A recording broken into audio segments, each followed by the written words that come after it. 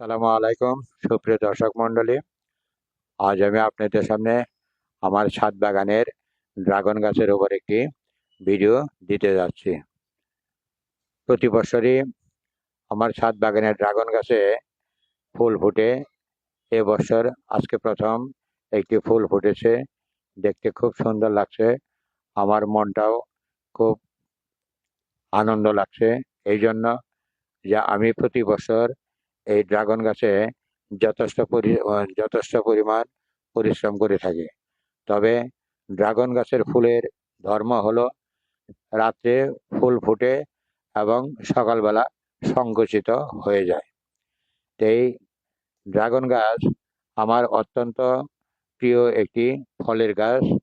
আমি প্রতি বছরই লাগাই এবং দেখেন আমার আরো অনেক ছোট ছোট কলি আসতেছে। এগুলিও দু একদিনের মধ্যে প্রস্ফুটিত হবে। আপনারা সবাই ভালো থাকেন।